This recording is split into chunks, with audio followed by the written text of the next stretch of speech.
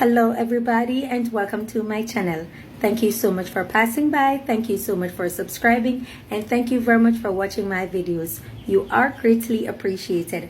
Now recently I was scrolling through social media and I saw a particular vlogger and he was speaking on dancehall music, and he was saying that certain artists like Shaggy and Seanpaul, they are legends and they're icons in dancehall, but they cannot be dancehall king or king of the dancehall because they aren't authentic enough, or they don't cater to the purity of dancehall or the ecosystem, which was his choice of word when it comes to dancehall and stuff. So they would be great icons based on their record sales and all of that. However, they would not be fit to be crowned king of dancehall. And I was wondering, what exactly is it that is the ecosystem of dancehall or the grassroots? Because when dancehall music first established, it was about, a revolution. It was about, speaking or being a voice of persons from at-risk community, or persons who feel like they have been dealt a bad card when it comes to justice in society, when it comes to having their voice heard, and it comes to being from poor socio-economic background. Today, dancehall music is not exactly about that. Dancehall music is about being raunchy, being overly sexy, being very freaky. You understand me? A lot of degrading things that are in dancehall. I spoke about it too many times. I am so tired. And so that is really the fiber of dancehall, and also gangster, serial killing, all these type of sadistic type of behavior and practices that has to do with crime and violence. That is what dancehall music really caters to now. So for him to say that Shaggy and Seanpaul are icons, but they don't cater to the ecosystem of dancehall, anybody that you're going to crown right now would not be suitable based on your argument or your logics as the king of the dancehall, because they do not cater to the authenticity or the inception of what dancehall music was really all about. So if that's the merit or that's the angle that he is going for, then all persons right now would not be fit for that title. And so with that being said, his argument, I believe, is basically rubbish. Now, if you're going to speak on the evolving of dancehall and where it's at right now, clearly we can't stick it to one thing about it being about crime alone, because there are so many things that people sing about. Also, what would have made the artist authentic right now, if it's not the inception or what the starting out of what dancehall was all about? What would have made it authentic right now? It would have to be what people are supporting, and so far what people are supporting is what's being sold, and what is being sold are the music of Shaggy and Seanpaul. So we might not like, or we might not cater, or you might not agree with some of their music being dancehall in and of itself, but they are under the genre of dancehall / reggae. And so far they have outsold every single artist that are out there, and they are doing groundbreaking work. And because of such, it's only fair and natural, I believe, to crown them the king of dancehall, because it matters not who you inspire. It's not just about who is most influential. I think there should be different terrace when it comes to this dancehall thing. Most influential artists, most sold out artists, all of these type of things should take place. Most well-performed, best performing artists and stuff like that. Unfortunately, an award is not being given out when it comes to these type of categories, and so they just stamp and say who is the king of dancehall. And I know for now many persons are going to say Vybz Kartel, based on his influence and his popularity and the amount of songs that he has put out. But when you look into it, it's not just about releasing songs, because there are so many artists out there unknown who have released so many music also, but they are what? Unknown. Now, if you're going by the most influential, then he would definitely have to get that right now. In the 2000, mid to late 2000, he would have to be the most influential artist out there, because he has had to revolutionize dancehall. And so we would have given him that. I would say he also could get the king of dancehall based on all that he has done. However, we cannot bypass an artist who is outselling while in the same genre to cater to someone and crown them king of dancehall solely based on their influence, because dancehall was not just about influence. when it started out to date, it can't be just about influence. If such is the case, then hence would be the reason for the music not being sold. And so far, who is being sold the most is who? Seanpaul. So it would be only fair and natural for Seanpaul to be the king of dancehall based on so much grounds. Best performing artist, dancehall artist, we would have to give it to none other than it's either Elephant Man would have gotten it or Beanie Man himself. You understand me? But when it comes to selling, no, Seanpaul, since the day he was signed to Atlantic Record up until today's date, he's been the most sold artist. So it's only fair and natural. He's also performed sold out places, so many arenas. So it's only fair and natural for Seanpaul in and of himself to be crowned the king of dancehall. I'm not sure what the argument is really all about, but guess what? You are left to your opinion. It's your thing. I'm not fighting anybody on their opinion, but when you're imposing it or superimposing it as facts, then I strongly have to disagree, because we have to study the past to know the future. And when you study the very concept of what dancehall music is all about, from where it started to where it's at now, the message is entirely different. It has evolved. And so we would not say, okay, this person is not grassroots, or this person is not the ecosystem or the fiber or the DNA buildup of what dancehall is, because none of these artists now really cater to what it was all about when it started. So it's unfair to single out a Seanpaul or a Shaggy and say this and say that. Had Vybz Kartel not been incarcerated 13 years ago while in his prime, I'm sure there are so many international artists he would have collaborated with and do so many songs, hip hop, pop, and all of that. He would have possibly had his visa if he wasn't arrested in related to high crime and all these type of things also. So he would have been cemented as the king of dancehall. You understand me? And he would have done the same type of mixed music, just like a Seanpaul or a Shaggy, because that's what it's all about. And miss me with the skin color. I've spoke about this. It's over and done with and should be made redundant, because Beanie Man have sold just the same. Beanie Man was signed internationally. So was Mad Cobra. So was Shabarang. So to date, it's well respected internationally when it comes to dancehall music. You understand? So miss me with the skin color. It's just this time and they are going to be successful. It wasn't easy for Seanpaul when he started out. He has spoken about it so many times. You understand me? And so, yes, you will find one or two persons who are racist. You will find one or two persons in position of power who are prejudiced. But they are not enough to superimpose any form of fundamentals, because dancehall is heavily egotistical, black male dominated and all these type of things. And so many dark skin. There have been way more dancehall artists who are dark skin male who have reached the higher heights of success than they are light skin. And so with that being said, I would not delve into that conversation or even start with it. Back over, I saw Macka Diamond was speaking on music and was saying that persons dislike her and the amount of fight that she got, and people are disloyal, they're ungrateful, because she have catered to so many persons in helping to promote her music. She have paid her way. She had, do this for selectors and all of this type of stuff. And at the end of the day, they turn around and disrespect her. She, still struggle and all of that. And she wonder oftentimes, what has she ever done? People have criticized her, call her ugly, call her donkey. She have been false teeth. She doesn't look good. One particular artist who is Spice, which they have had their back and forth for many years, I've called her donkey, and I've called her saying that her mouth chaka chaka and all these type of things. And so Macka Diamond was saying that she doesn't really care about the career to push it like that, because at the end of the day, she has spent her life doing all of that and she hasn't gotten the support as how she would want it, or persons have supported her. Nobody have uploaded a video and said to leave her alone and to stop this and to stop that and all of that. Persons have chimed in and persons have stayed silent. So when she decides to speak or don't care, nobody should say anything. Now, I have this to say to Macka Diamond, and I hope this message reaches her, and it's in no way disrespectful. It's no way, to tear her down. What I'm not going to do is to tear down the woman or the artist, and I'm not going to try to make her feel bad. So I will use euphemism as much as I can. All right, so Macka Diamond, here's the situation.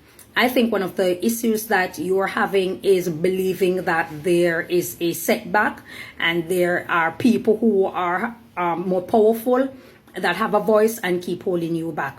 Most of the times, it can be true at one point, but most times it's usually in your head. We're our own biggest enemy. Okay? And if you believe that there is a success out there for you, you have to go for it, and you should know that by now. I'm sure I wouldn't be the first person to tell you.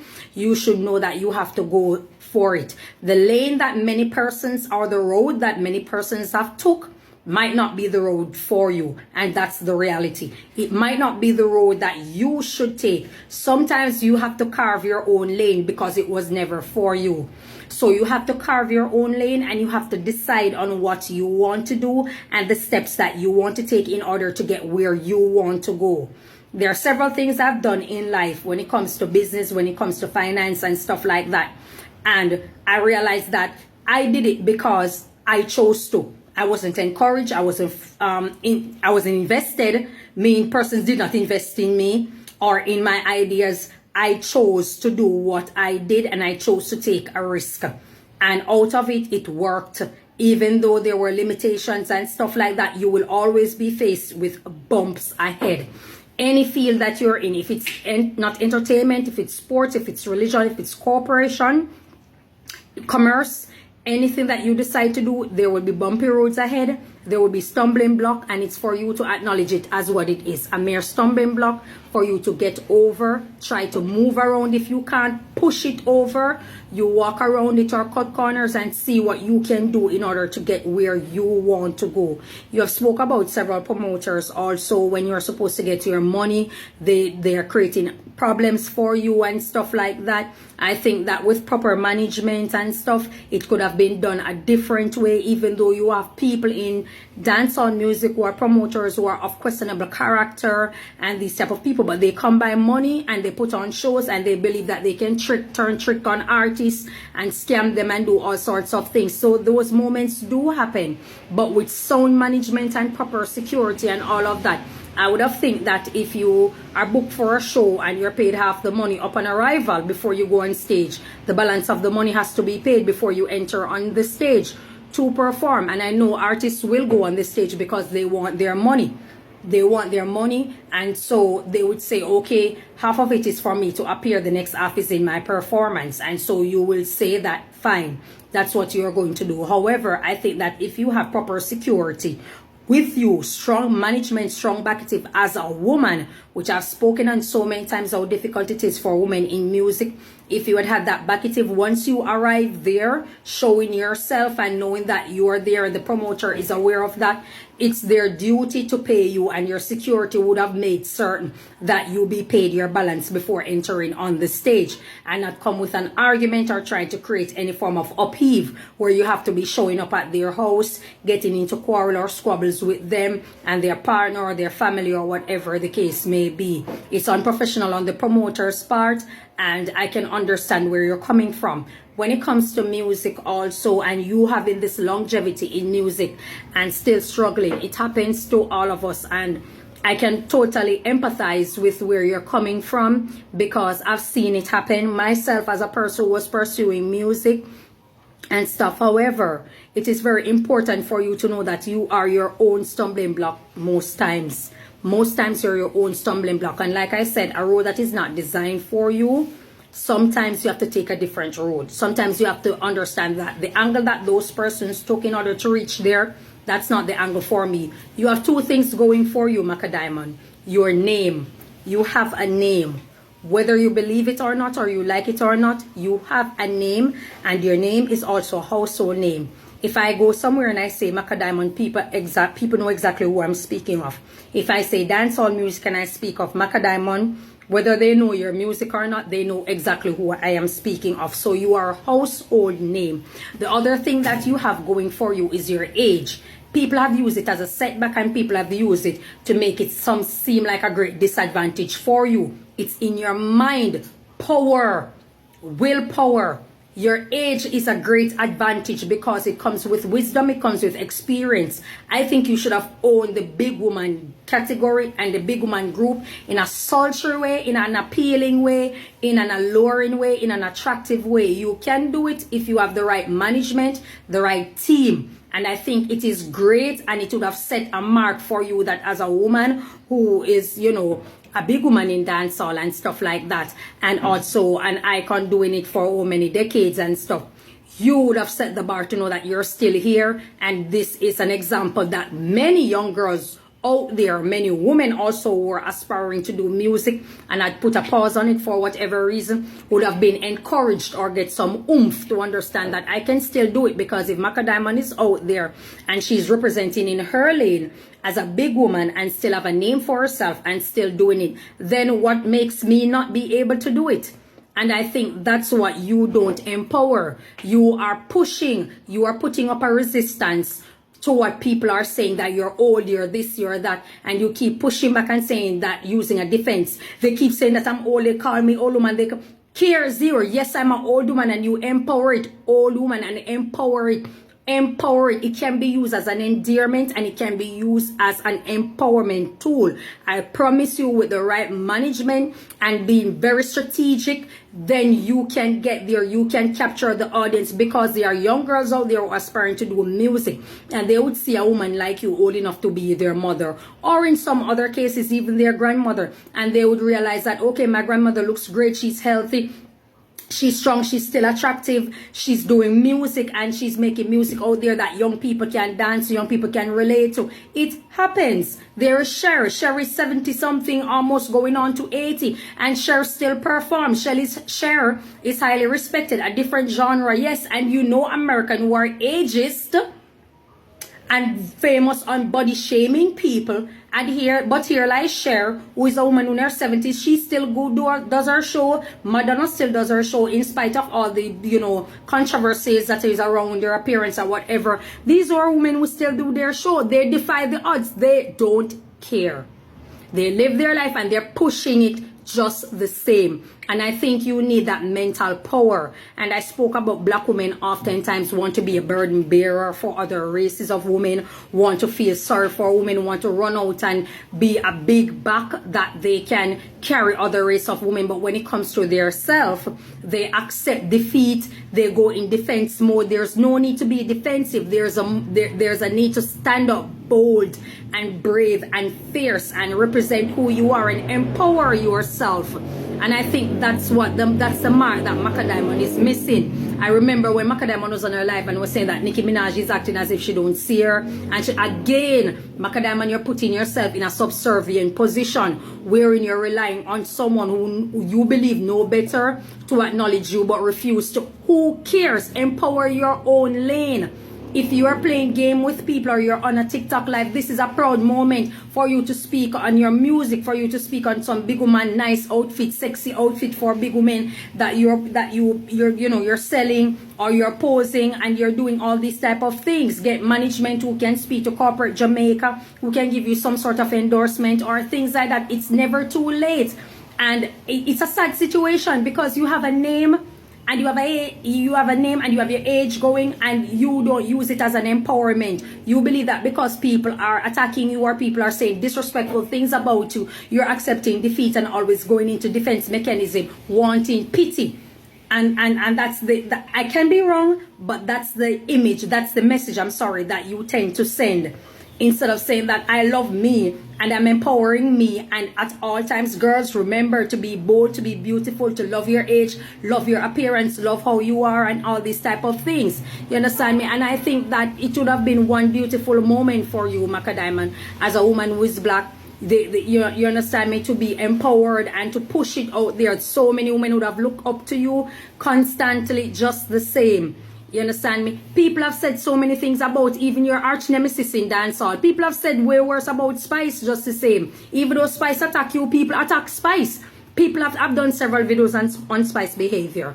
You understand me? So many persons have come at Spice, but Spice just push. She push. And I said it that I understand sometimes as a black woman where you feel like nobody's in your corner, so you have to defend yourself and you have to be like a beast at times, especially when they're coming down hard on you. So I can understand where it's coming from. The problem is that Spice does it too much, so it creates an aggressive nature that oftentimes is not required, and reacting to every basic things on social media that is being said about her by someone who is noted, rather than ignoring a lot of them and taking some sort of Shensia or Denique type of role, you know, sit back and just allow it to blow over. You understand? And I'm just saying that people out there, just as you other female artists have been attacked, they attack Nicki Minaj, they attack Beyonce just the same. You understand me? You have to be bold and important. You see, Beyonce, she's not acknowledging anybody. Beyonce is not acknowledging. You will not get her to acknowledge you.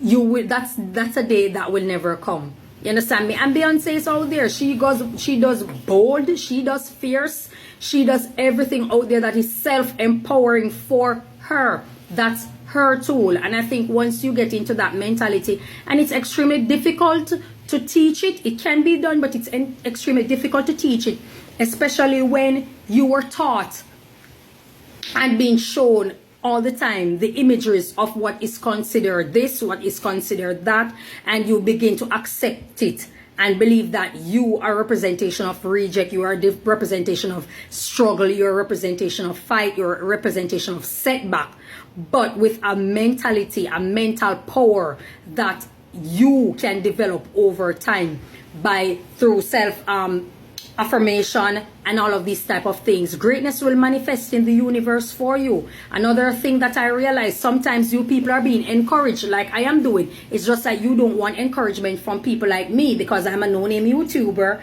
as they say. So me, someone like me encouraging you is not me you want to hear it from. You want to hear it from someone big in dancehall music like a Vybz Kartel or a Nicki Minaj.